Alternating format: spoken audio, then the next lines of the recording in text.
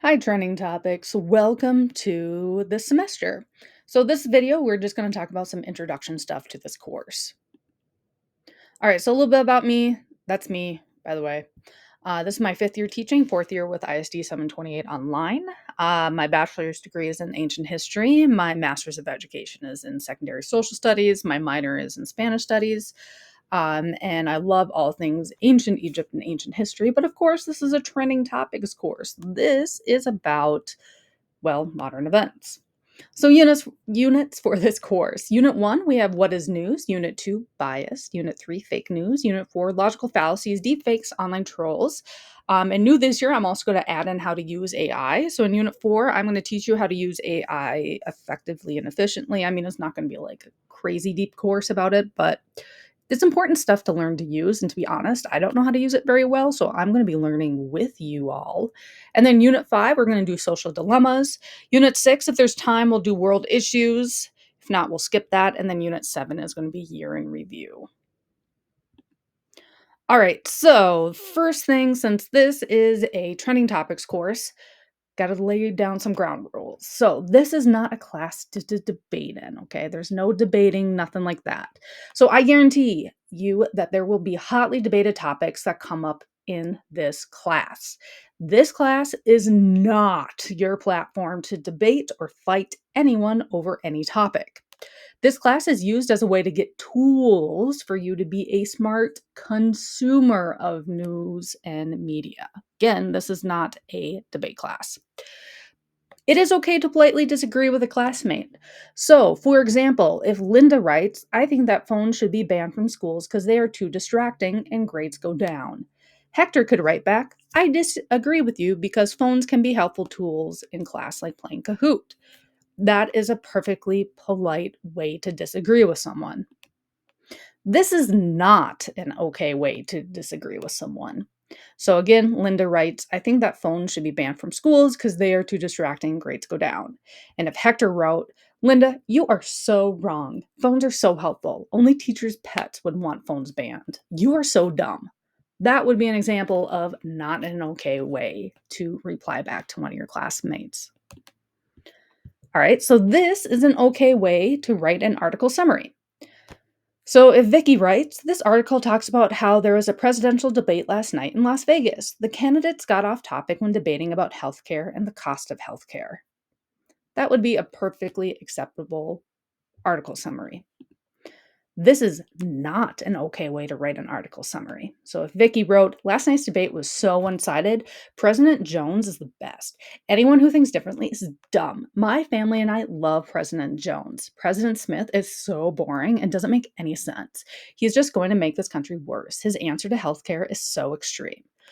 That is not an okay way to write an article summary. It's chock full of bias, and it's very like prejudice. So those are some of my examples.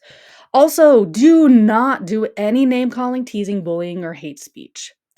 Example of name calling would be like, Susan, you are so stuck up when it comes to educational policies. An example of teasing would be, Tom, your answers to questions never make sense. Can you not even write a complete sentence?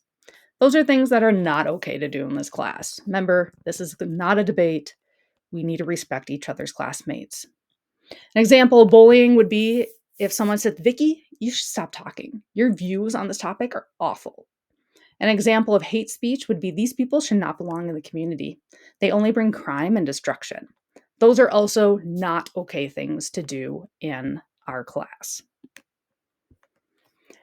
All right, so if I see this happening, any name calling, teasing, bullying, or hate speech, you will get a 0 for the assignment, a call home, a message to your counselor, and your vice principal.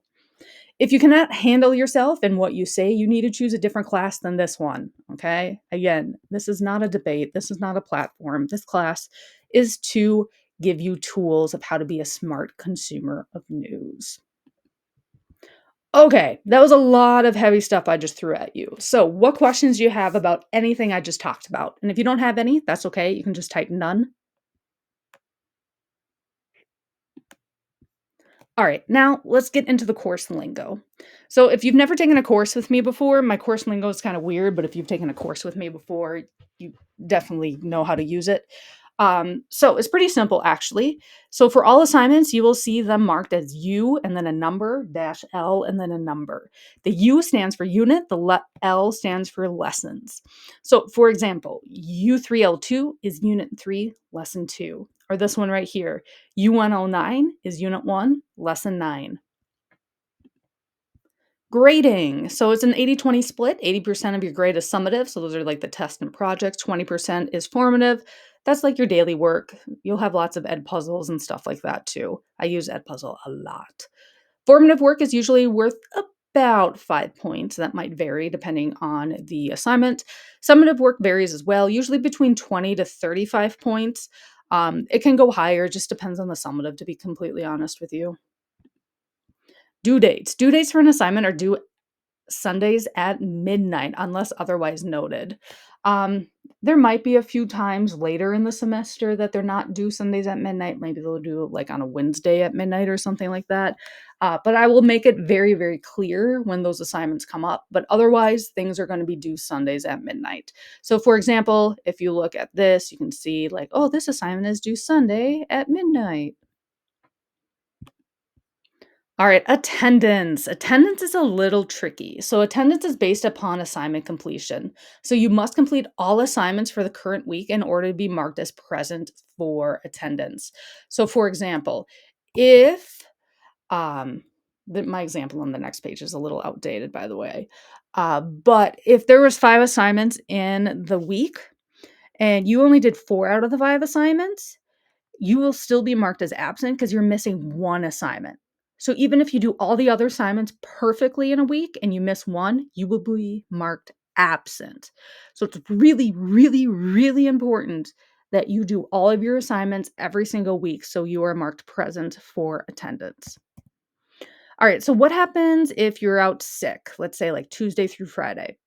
So, if you were present on Monday, you are still obligated to complete all of your work by Sundays at midnight. Now, with that said, I am human. I get sick too, or something pops up, and you just are like, I had a like this crazy like funeral or some like bedridden illness or something like that. Just email me, okay? Just please, please, please communicate with me if you need like an extra day or two. Um, I'm very accommodating as long as you communicate with me. Of course, if you don't communicate with me, then I don't know what's going on with you. So please do email me if you ever need extra time, and make sure you do it usually by Fridays, but definitely before Sundays at midnight as well. Because once I take attendance on Mondays, um, and I submit my attendance, I can't go back and change it. I don't have the power to do that. So very important that you communicate with me. Again, if you are sick for a whole week or part of a week and you just need extra time, please, please email me. Please. I don't know how much more I can stress that. Just let me know what's going on. And then I can verify back with your homeschool with your excuse. So the tricky thing with online classes, so I cannot see your attendance in Rogers, Elk River, Zimmerman, whatever your homeschool is. So like I can't see on like the attendance if you were out sick or anything like that because online high school is a totally completely different high school. So that's why you need to communicate with me about anything. And again, if you don't email me about your absence or if you're sick or you need more time, I will not know. So I will be marking you absent. So what happened if you are marked absent? That is a really good question. Not pleasant things will happen to you. I will tell you that right now. So I do attendance on Mondays mornings, as do all the other online teachers. So like for example, on September 8th, which is a Monday, I will be doing the attendance for this first week of school. So attendance is on a weekly basis, not a daily basis too. That's really important to know. For Mondays that we have holidays like MLK Day or something like that, it will be done on Tuesdays. You will get an email from your teacher to you, your parents, your counselor, and your administrator that you are marked absent in my class. If you get 2 absences in a row, I get a call home, which is always a dandy call. And then if you get 3 absences, that may result in truancy, which means you will get kicked out of the class. So don't have that happen, please. It's not fun for me either, just FYI. All right, so here's a note from our Online 728 principal. It says students who are struggling with the learning model of Online 728 will be moved to in-person or blended opportunities as an intervention step to promote student success. Struggling is demonstrated by poor attendance or lack of engagement in online coursework. It is important to remember that online learning is an option for students and not suitable for all learners. Moving students to a learning model that provides more direct teacher instruction follows MTSS guidelines for intervention. So, in other words, do your work or else you may be moved back to an in person class. All right, so I hear this excuse quite often, but I was so busy with real school that I forgot about this class. Ooh, newsflash, this is real school. We are part of ISD 728. And this class is just as important as any of your in person classes as well. So, when should you work? Another really good question. So, this is an online class, meaning that you are an independent worker. I am not there to bug you to say, do your work, do your work, do your work. You have to have the motivation to do that yourself. So, all of you also have one period blocked out for this class in your schedule. So, work during that period or find your own time. Here are some of my suggestions. Be consistent. Set aside daily time to do classwork. Put away your phone. So many students get distracted by their phones. Just put it away, do your work, and then you can have all the phone time you want. Time management as well. Rarely do assignments take about 15 minutes. Most assignments probably take about 30 to 50. I would argue maybe even a little less with this class because it's an elective, but sometimes we have longer videos. But to also put that into perspective, your class period on your schedule is approximately 52 minutes. So I always try to make sure that whatever assignment I give you, you could get done like within a class period. All right, what happens if you need help? Please, please, please just let me know. Please. So many students struggle and they don't let me know. That's literally my job, is to help you out. So please let me know. You can sign up for a Google Meet. You can email me, whatever works. Okay. Email is probably the best way to contact me because I'll email back pretty fast. So again, if you have questions, you need help, anything, please email me. All right, late work. So late assignments may be turned in, but are subjected to having points deducted for lateness. When you turn in a late assignment, email me right away so I can grade it. And if you don't email me, I may not see that you submitted it, and then I probably won't grade it because I didn't see you submitted it. So make sure you email me. All right, plagiarism and AI. Ooh, this is always the fun slides, right? Yeah. All right, so I understand that AI can be helpful in some classroom settings when given permission, like analyzing and fixing texts, research and finding sources. We will use AI at some point in this class. Well, we definitely will for Unit 4 because we'll talk all about how to use AI during that unit. But until we get to that point, there will not be AI allowed. So when we do use AI, I will make it very, very, very clear that we can use AI, and I will show you how to use the AI that I want you to do. But until that time comes, no AI. Okay. So any assignment that is plagiarized or used AI will be given a 0 for the whole assignment. So even if it's just one question or something like that, that you maybe copied and pasted something or used AI or whatever, you will get a 0 for the entire assignment, not just that one question. So for example, you were doing an assignment and you copy and paste something from Wikipedia or AI or whatever, that will be a 0 from the entire assignment. So don't do it. I don't like giving zeros. It makes me sad. Again, when we will use AI in this class, I will make it very, very clear when we can do that, and I will also give you guidance and further instruction on how to use AI. All right, tools used for this class. Edpuzzle, big one, main tool. Love Edpuzzle. There's going to be a lot of Edpuzzles. If you've ever taken another class with me, you know I love Edpuzzles. Google Slides, we might do that with some research assignments. Schoology, that's our home base for all assignments and announcements. There might be some other tools that we use too, but those are the main ones. So tips for Edpuzzle. So when watching Edpuzzles, make sure you're signed in with your ISD 728 account. Make sure your ad blocker is turned off. Like seriously, turn off your ad blocker. The reason for that is because when we watch Edpuzzle videos, the questions that are embedded within the video will pop up like an ad. And if ad blockers turned on, then those questions don't pop up. And if those questions don't pop up, then you don't get an answer. And if you don't get an answer, then you don't get points. And if you don't get points, I'll think that you didn't do it. And if you didn't do it, then you get an absence. And that's just not fun. Oh, all right. Again, also for you to get any points, you must watch the ed puzzle until the very, very end. A lot of students like to do like 75% of the ed puzzle, but that doesn't count. You gotta go 100% all the way to the end. Typically at the end, it'll say something like you're done or like submit here or something like that. So again, make sure you watch ed puzzles to the very, very, very, very end. And let me know if you have any questions with ed puzzle as well. So let's test this out. If the video does not stop right now, your ed puzzle isn't working correctly. So make sure you turn off your ad blocker. The video just stopped for you right now and you had to answer the question. You go into Target with $5. What are you going to buy? Then ed puzzle is indeed working for you.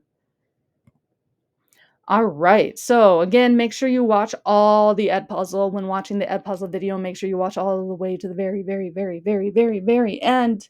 Because like I said, if you don't, you won't get points for the video, which leads to no score, which leads to an absence because I don't see that you did it or not. So please just watch the ed puzzle videos. All right, here's another good thing that I want to address. So I did the ed puzzle. Why is there a 0 in my grade book? Good question. So zeros are automatically kicked into the Schoology gradebook from Edpuzzle. It means you completed the Edpuzzle and now I just need to go in and grade it. I individually grade all Edpuzzle answers.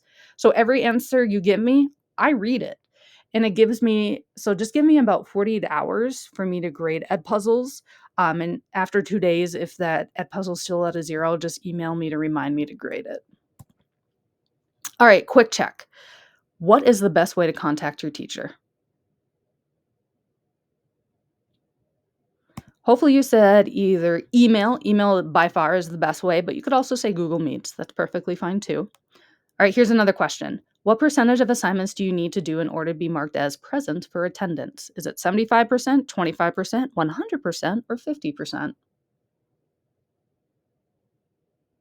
Hopefully you said 100%.